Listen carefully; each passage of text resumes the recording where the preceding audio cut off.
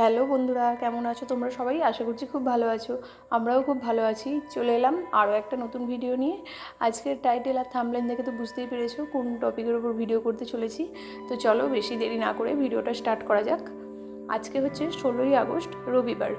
আর আজকের ভিডিওটা আমি সন্ধ্যেবেলা থেকে শুরু করছি। সারাদিন কি করলাম তোমরা তো আগের ব্লগেই দেখেছো। 16ই আগস্ট সকালবেলা আমরা ভূতনাথ বাবার মন্দিরে পুজো দিতে গেছিলাম। আর আগের ব্লগেই বলেছি যে আজকে আমার বোনের বার্থডে। তো যাই হোক, সন্ধ্যেবেলা থেকে ভিডিওটা স্টার্ট করছি। এখন যাচ্ছি আমরা আমাদের বাড়ির কাছে একটা মার্কেটে, কদমতলায়। তো শুধু আমার বোনের বার্থডে আজকে তাই নয়, তার সাথে আমার ভাইপো মানে আমার দাদার ছেলে, তারও বার্থডে। মানে পিসি আর ভাইপোর একই দিনে জন্মদিন আর কি। তো ওই জন্য দুজনেরই একসাথে বার্থডে সেলিব্রেশন করা হবে। আর আমাদের বৌদিদের বাড়িতে নিমন্ত্রণ করেছে ভাইপোর বার্থডে উপলক্ষে। আর বোনেদের বাড়িতেও যাব, কিন্তু খাওয়া দাওয়া ওটা বৌদিদের বাড়িতেই হবে। আস্তে আস্তে সবই তোমাদের ভিডিওর মাধ্যমে দেখাবো। তো যাই হোক, দেখো আমরা কদমতলা মার্কেটে চলে এসেছি কেনাকাটা করার উদ্দেশ্যে। আর আমার ভাইপো আর তার একটা বোনও আছে, ছোট বোন।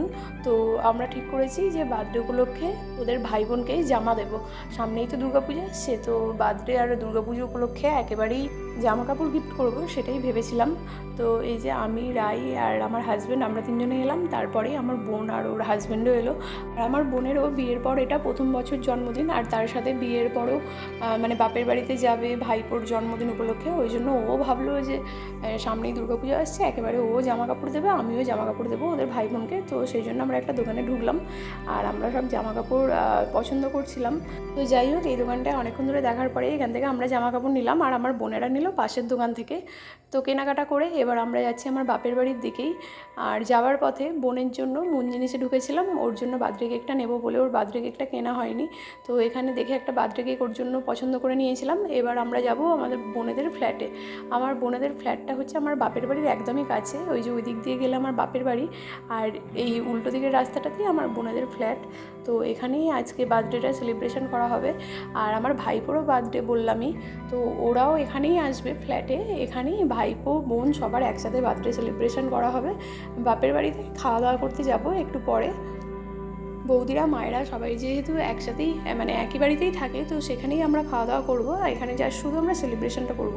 তো যাই হোক, এই যে বোনেদের ফ্ল্যাটে চলে এসেছি। এখানে ও আর ওর হাজব্যান্ডই থাকে। তো এখানে এসে আমরা প্রথমে বার্থডে ডেকোরেশনের জন্য সমস্ত বেলুন টেলুন ফুলিয়ে নিলাম। মানে আমরা সব ডেকোরেশনের জিনিসপত্র রেডি করছিলাম, ততক্ষণে বোন একটু রেডি হতে চলে গেল।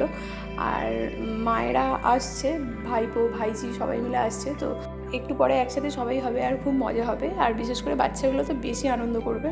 তো যাই হোক, সব থেকে বেশি এক্সাইটমেন্টে ছিল আমার বোনের হাজব্যান্ডেরই। ওই দায়িত্ব নিয়ে সমস্ত কিছু প্রিপারেশান নিচ্ছিল। আর এখানে দেখো রাই কত খুশি ওর মিমির বাড়িতে এসে। এখানে এসে এমন লাফালাফি আরম্ভ করে দিয়েছে। আর এখানে এসে তো ওর মিমির সাথে কথা বলা শেষই হচ্ছে না, কত রকমের কথা। এখন তো রাই সমস্ত কিছুই বলতে পারে, তাই জন্য এখন সমস্ত কিছু বলতেও পারছে আর বুঝতেও পারছে। তো আমরা এদিকে সমস্ত কিছু ডেকোরেশন করতে করতে আমার বোনও ওদিকে রেডি হয়ে গিয়েছিল। আর তার সাথে এবার ও একটুখানি মেকআপ করবে বলে মেকআপের সব জিনিসপত্র নিয়ে বসেছে। আর রাইকে দেখো, ও মেকআপ করতে রাইও ভীষণ ভালোবাসে, মানে সাজতে গুজতে। আমার লিপস্টিক নিয়েই টানাটানি করে, আর এখানে এসে ওর মিমির লিপস্টিক নিয়ে টানাটানি করছে। আর দেখো কীরকমভাবে লিপস্টিকটাকে মুখে বোলাচ্ছে যেন কত জানে। তো এটা দেখে ভালোও লাগছিলো, আবার আমরা বকাও দিচ্ছিলাম। ওর মিমি তো খেয়াল করেনি প্রথমে, তারপর যখন বুঝতে পেরেছে তখন ওর থেকে লিপস্টিকটা কেড়ে নিতে, তখন ওর আবার কী রাগ। আবার মুখে লিপস্টিকটাকে লাগিয়ে কীরকম দেখাচ্ছে দেখো, যেন কি ভালো লাগছে ওকে। তো যাই হোক, এই করে করে আমাদের সমস্ত বেলুন টেলুন ফোলানো হয়ে গেছে। আর এদিকে আমার বাপি, ভাইপো ভাইজি সবাই এসে গেছে। এই যে আমার এই ভাইপো, এরই আজকে বার্থডে। তো এর কথাই বলছিলাম, এই যে বৌদি মা সবাই পরপর আসতে আরম্ভ করে দিয়েছে। আর সবাই আসছে দেখে ভীষণ আনন্দ লাগছিল। এইরকম এক একটা ছোটোখাটো সেলিব্রেশন ভীষণ মন ভালো করে দেয়। আর এই যে দেখো আমার ভাইপো এই যে জামাটা পরেছে, এই জামাটাই আমি ওকে কিনে দিয়েছি, তার সাথে জিন্স। আর এই যে এই টি শার্টটা দেখছো, এই টি শার্টটা আমার বোন ওকে গিফট করেছে, তার সাথে ও একটা জিন্সের প্যান্ট গিফট করেছে। মানে আমরা দুজনেই জিন্সের প্যান্ট জামা এইসব গিফট করেছি। আর এই যে আমার ভাই যে জামাটা পরে আছে, এই জামাটা আমি ওকে দিয়েছি। আর এই যে জামাটা দেখাচ্ছি, এটা আমার বোন ওকে দিয়েছে। তো ওদের দু ভাই বোনকে আমরা দুটো দুটো করে জামা দিয়ে দিয়েছি। আর এই ভাইজিটারও কিছুদিন আগেই বার্থডে গেল, মানে ওর বার্থডে ছিল 7ই আগস্ট। আর বোন আর ভাইপোর বার্থডে তো 16ই আগস্ট বললামই। তো ওই জন্য সব উপলক্ষ করে একবারই সব বার্থডে গিফট দেওয়া হয়ে গেছে। আর এই যে এখানে আমরা এবার দেওয়ালে ডেকোরেশন করছি, সমস্ত বেলুন তো আগেই ফুলানো হয়ে গেছে, এখানে এই হ্যাপি বার্থডে ট্যাগটা লাগিয়ে দিচ্ছি আর তার সাথে এবার বেলুনগুলো টেপ দিয়ে এরকমভাবে দেওয়ালে আটকে দিয়েছি। দেখো দেখতে বেশ ভালোই লাগছে। এইরকমভাবে এর আগে কখনো আমরা বার্থডে ডেকোরেশন করিনি, এই ফার্স্ট টাইমে করলাম আর নিজেরাই যেরকম মনে হয়েছে করেছি, কিন্তু দেওয়ালটা দেখতে বেশ ভালোই লাগছে। আর এই ফ্ল্যাটটা একদমই নতুন, আমার বোনের হাজব্যান্ড ও কিনেছে, তো ওই জন্য সব কিছু নতুন নতুন দেখতে আরও বেশি ভালো লাগছিলো। আর এবার আমার হাজব্যান্ড ও কেকগুলোকে বার করে রেডি করে দিচ্ছে। এই কেকটা আমার দাদা ভাইপোর জন্য কিনে এনেছে, আর মন জিনিস থেকে আমরা আমার বোনের জন্য এই কেকটা কিনে নিয়ে এসেছি। দুটো কেকই বেশ ভালো হয়েছে, সুন্দর দেখতে হয়েছে। এবার কেক কাটার পালা। আর প্রত্যেক বছর এই দিনটা আমরা এরকমভাবেই সেলিব্রেট করি, ভাইপোর বোনের সব একসাথেই বার্থডে সেলিব্রেশন হয়। আর এই বছরটা তো আরোই বেশি স্পেশাল, যেহেতু ওর বিয়ে হয়েছে, বিয়ের পর প্রথম বছর, ওই জন্য। তো এবার আমরা ওকে গিফট দিচ্ছিলাম। ভাইপো ভাইজিকে তো আগেই জামা কাপড় দিয়েছি, তোমাদের দেখালামই। এবার আমার বোনকে আমরা আর কি এই ঘড়িটা গিফট করছি। ও অনেক দিন থেকেই বলেছিল যে এরকম একটা ঘড়ির ওর শখ, তো সেই জন্য ভাবলাম বার্থডেগুলোকে ওকে এরকম একটা ঘড়ি গিফট করি, এটাই সবথেকে ভালো সময় হবে। তো সেই জন্য এই ঘড়িটা আমরা ওকে গিফট করলাম। তো যাই হোক, এই সমস্ত করে করেই অনেকটা সময় কেটে গেছিলো। এবার রাতও হয়ে যাচ্ছিলো, আমাদেরও তো বাড়ি ফিরতে হবে, তাই জন্য আবার তাড়াহুড়ো করে কেক কাটিংটা স্টার্ট করে দিলাম। আর দেখো রাইও রেডি হয়ে গেছে ওর মিমির সাথে কেক কাটবে বলে। ওরা দু ভাই বোন আর বোন আর রাই সবাই মিলে কেক কাটবে। Happy birthday to you, happy birthday to you, happy birthday dear Piyal আর Tatan, happy birthday to you.